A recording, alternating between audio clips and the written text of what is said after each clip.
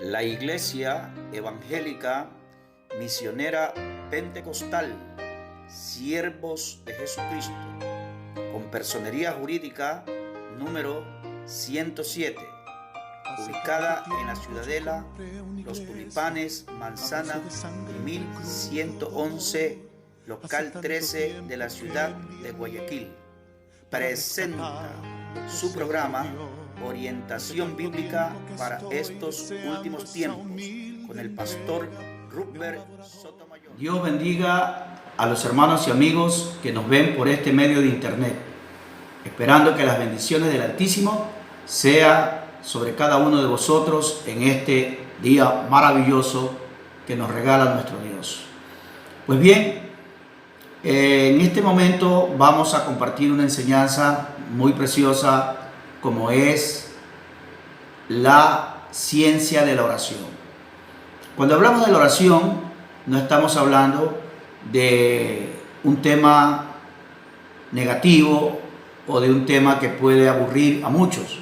Todo lo contrario, estamos hablando de un tema que va a bendecir a muchas vidas que por supuesto quieran orar conforme lo revela las Sagradas Escrituras. Este estudio no pretende ser un estudio profundo o un estudio tedioso o un estudio difícil de explicar.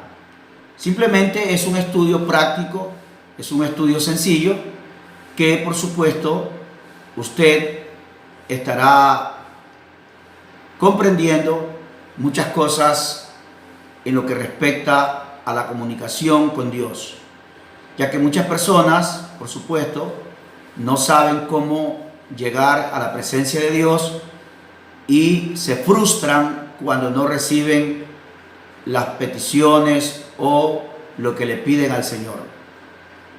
Por esa razón es que nosotros como cristianos, y en este caso de manera especial, como pastor que soy por la misericordia de Dios, me veo en la necesidad de explicar de una manera sencilla qué es la oración y cuánta bendición derrama el Señor a través de la oración. Una vez que he hecho esta breve introducción, quiero decirles que vamos a empezar ya con lo que es el primer tema, el origen de la oración. En el principio de la creación del hombre, Dios hablaba cara a cara con él. ¿Por qué razón el hombre no tenía necesidad de orar, sino que hablaba cara a cara con Dios? Porque Adán fue creado sin pecado y esa es la razón por la que él tenía el privilegio de hablar directamente con Dios sin necesidad de orar.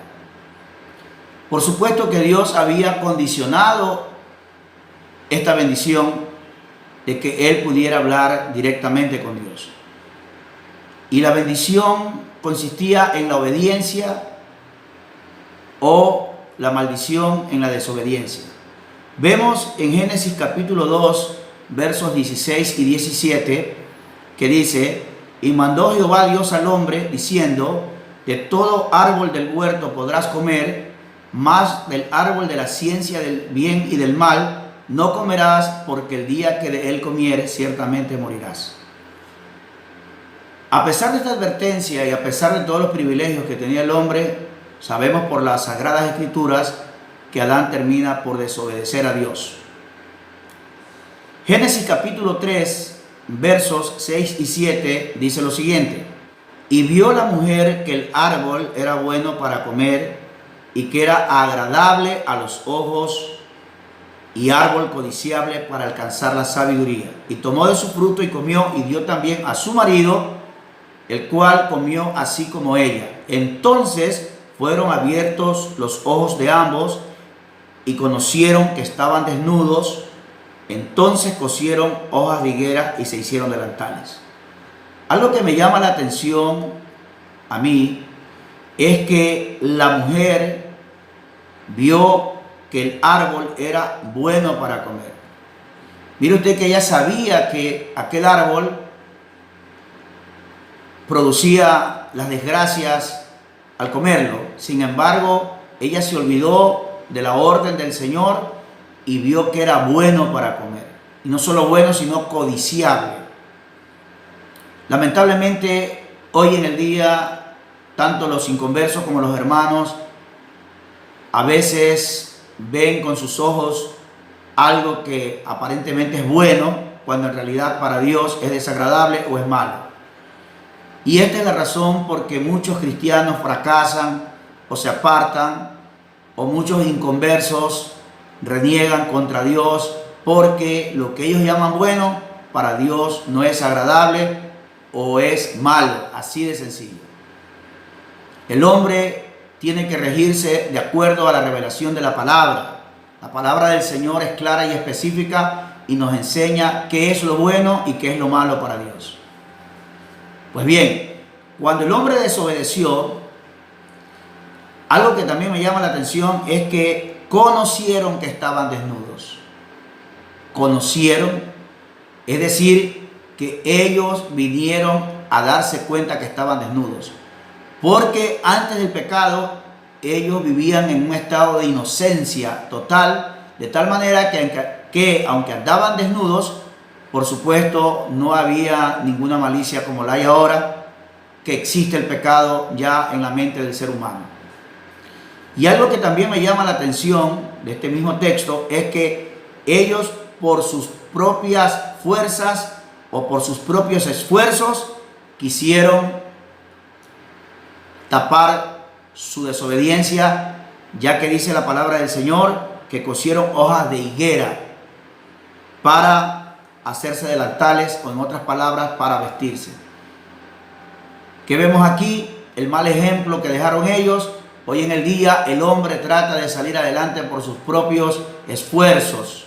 Dice que no necesita de la revelación de Dios, que no necesita de Dios, y de esa manera es que el humanismo, que es una filosofía que ha hecho mucho daño a la humanidad, está destruyendo, ha destruido y sigue destruyendo vidas, porque el humanismo enseña que el hombre es capaz de salir adelante por sus propios esfuerzos.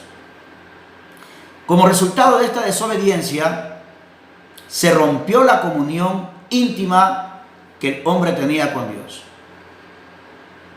por lo que fue separado y sacado del huerto del Edén. Veamos lo que dice la Biblia en Génesis capítulo 3, versos 23 y 24.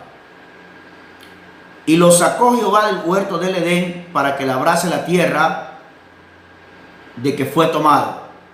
Echó pues fuera al hombre y puso al oriente del huerto de Edén querubines y una espada encendida que se revolvía por todos lados para guardar el camino del árbol de la vida. Me llama también la atención aquí que el verso 23 menciona solamente a Adán, porque dice y lo sacó, refiriéndose a Adán, y también pues aquí habla del singular, no del plural. Entonces alguien pudiera decir que Eva sí se quedó en el huerto del Edén, que solamente Adán lo sacó. No, no es así. Dios sacó tanto al hombre como a la mujer del huerto del Edén, sino que siempre que las Sagradas Escrituras menciona solo al hombre, es porque fue al hombre a quien le dio toda la autoridad sobre esta tierra antes de que él pecara. El hombre era el príncipe de este mundo, pero con su desobediencia, por supuesto, le vendió el principado de este mundo a Satanás, y desde allí pues Satanás es el príncipe de este mundo. Además de ser echados del huerto del Edén, tanto Adán como Eva acarrearon juicios y desgracias tanto para ellos como también para toda la descendencia humana. Veamos lo que dice la Biblia en Génesis capítulo verso 3, versículos del 16 al 19. A la mujer dijo: multiplicaré en gran manera los dolores en tus preñeces. Con dolor darás a luz los hijos, y tu deseo será para tu marido, y él se enseñoreará de ti. Y al hombre dijo: por cuanto obedeciste a la voz de tu mujer, y comiste del árbol de que te mandé diciendo, no comerás de él, maldita será la tierra por tu causa. Con dolor comerás de ella todos los días de tu vida, espinos y cardos te producirá y comerás plantas del campo. Con el sudor de tu rostro comerás el pan hasta que vuelvas a la tierra, porque de ella fuiste tomado, pues polvo eres y al polvo volverás. Mira aquí las tremendas desgracias que se acarreó la humanidad por causa de la desobediencia de Adán y Eva. Número uno, que a la mujer le multiplicó los dolores en el parto. Cosa terrible para las mujeres que paren. Pero como el diablo trata de desvirtuar siempre todo lo que Dios ha dejado, entonces ahora existe la cesárea. Ya casi la mayoría de las mujeres no paren, sino que es pura cesárea. Sin embargo, igual corren peligro. Pero esa maldición le vino a la mujer por la desobediencia, la multiplicación de los dolores. Segunda maldición o segunda desgracia para la mujer es que el deseo de ella era para su marido. Es decir, que ella tenía que estar sujeta a su marido en todo y pasaba al segundo plano. Porque en el principio, a pesar de que Adán era el cabeza de la raza humana, sin embargo, Eva pues tenía muy alta estima ante los ojos del hombre y de manera especial ante los ojos de Dios. Sin embargo, por haber comido el fruto y haberle dado a Adán el fruto prohibido, ella pasó a ser subyugada por su marido. Lamentablemente, en ciertas regiones del Oriente Medio se toma muy literalmente esta orden que dejó el Señor para la mujer, porque allá las mujeres no tienen ni voz ni voto. Las mujeres son prácticamente ciudadanas de tercera clase, podríamos decir así. El hombre puede tener varias mujeres, la mujer no, tiene que andar con su rostro cubierto y no tienen ningún derecho en ciertos países del Oriente Medio, por esta maldición que el Señor le dejó a la mujer, por la curiosidad y por haber comido el fruto que Dios le había prohibido. En cambio, el hombre le dijo que por la causa de él, por haber comido lo que su mujer le dio, es decir, que honró más a su mujer que a Dios, la tierra fue maldecida. Así dice literalmente: espinos y cardos te producirán la tierra. Y luego dice: y comerás plantas del campo. Con el sudor de tu rostro comerás el pan hasta que vuelvas a la tierra, porque de ella fuiste tomado, pues polvo eres y al polvo volverás. Y es aquí, ante esta serie de desgracias y rompimiento de la comunión del hombre con Dios, mis hermanos y amigos, que nace la oración, ya que el hombre, desde ese momento que rompió la comunión con Dios, no pudo nunca más comunicarse directamente con el Señor como sí lo hacía antes de pecar. Ahora bien, ¿qué es o qué significa orar? Bueno, surge esta pregunta porque muchos creyentes, como inconversos, tienen la oración como si fuera una carga, como que si fuera un fastidio, cuando en realidad la oración es la mayor bendición que Dios pudo darle al hombre caído para poder bendecirlo. Sí, para poder bendecirlo. No hay otra forma de que Dios pueda bendecir a un creyente, aunque haya aceptado a Cristo, si no ora. Por lo tanto, para poderlo bendecir, en el sentido de que el hombre se pudiera acercar a Dios, es que el Señor dejó la oración. Entonces, de ahí que orar es conversar con Dios. Esto no significa que la oración deba ser un diálogo como se da entre dos personas mortales. No, porque conversar en la oración significa decirle a Dios lo que el creyente siente. Y para esto debe hacerlo con confianza, con esperanza y con la seguridad de que Dios va a oírlo y va a contestar su oración. En ese sentido es que la oración es un diálogo, porque la persona que está orando abre su corazón, se siente en confianza y está conversando con Dios, y por supuesto que Dios, viendo que su oración es sincera, le va a contestar. Ahora bien, para que la oración sea más eficaz todavía, el creyente no solo debe de pedir y pedir, sino que entre otras cosas el creyente debe empezar orando por él, para ponerse a cuenta con Dios. Hay mucha gente que oran por diferentes personas, oran por países, oran por continentes, pero no oran por ellos. Cuando lo lógico es que cuando usted va a orar, primero tiene que ponerse a cuenta con Dios.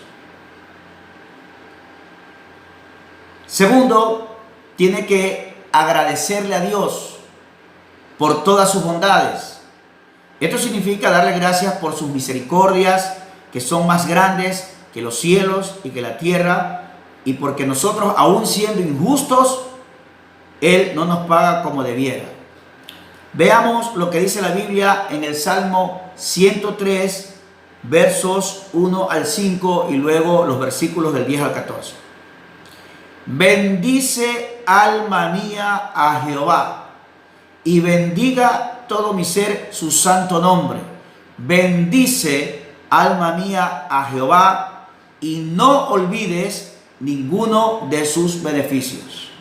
Él es quien perdona todas tus iniquidades, el que sana todas tus dolencias, el que rescata del hoyo tu vida, el que te corona de favores y misericordias, el que sacia de bien tu boca, de modo que te rejuvenezcas como el águila. Qué increíble. Si está usted oyendo todas las bendiciones que hay cuando usted le agradece a Dios. Luego, el verso 10 dice: no ha hecho con nosotros conforme a nuestras iniquidades, ni nos ha pagado conforme a nuestros pecados. Porque como la altura de los cielos sobre la tierra, engrandeció su misericordia sobre los que le temen. Note usted, sobre los que le temen. Cuanto está lejos el oriente del occidente, hizo alejar de nosotros nuestras rebeliones. Como el Padre se compadece de los hijos, se compadece Jehová de sobre los que le temen, o de los que le temen, porque Él conoce nuestra condición, Él se acuerda de que somos polvo. Hermanos, amigos, esta es la razón por la que nosotros debemos de, cuando oramos, agradecerle a Dios por tanta bondad y por todas sus misericordias, porque no siendo merecedores de tantos favores, sin embargo el Señor tiene misericordia. Cuanto más el inconverso que no conoce al Señor, o que no quiere aceptar a Cristo, o que tiene su religión alcahueta que le permite que él haga lo que le dé la gana, y el líder religioso le dice que no importa lo que él haga, que igual está bien con Dios. Cuanto más ellos que no han sido cortados de esta vida, y que Dios no los ha cortado simplemente es para que se arrepientan y puedan entregar su vida a Cristo. Hay que agradecerle a Dios. 1 Corintios capítulo 15, verso 57, vemos también aquí que dice: mas gracias sean dadas a Dios, que nos da la victoria por medio de nuestro Señor Jesucristo. Es decir, que nosotros los cristianos tenemos que darle gracias a Dios también por tener la bendición de que Dios envió a su Hijo a la cruz para morir por nosotros. Tercero, debe el hombre rogarle al Señor. Sí, rogarle. Hay hombres que le ruegan a una mujer, hay mujeres que le ruegan a un hombre, pero cuando tienen que rogarle a Dios, no quieren hacerlo porque les da vergüenza, tienen prejuicios complejos, y vaya usted a saber, y no quieren humillarse ni rogarle a Dios. Pero para que la oración sea eficaz, hay que rogarle a Dios. La Biblia nos da un ejemplo de aquello en el caso de Nehemías. Nehemías capítulo 1 versos 5 y 6 dice: y dije, te ruego, oh Jehová, Dios de los cielos, fuerte, grande y temible, que guarde el pacto y la misericordia a los que le aman y guardan sus mandamientos.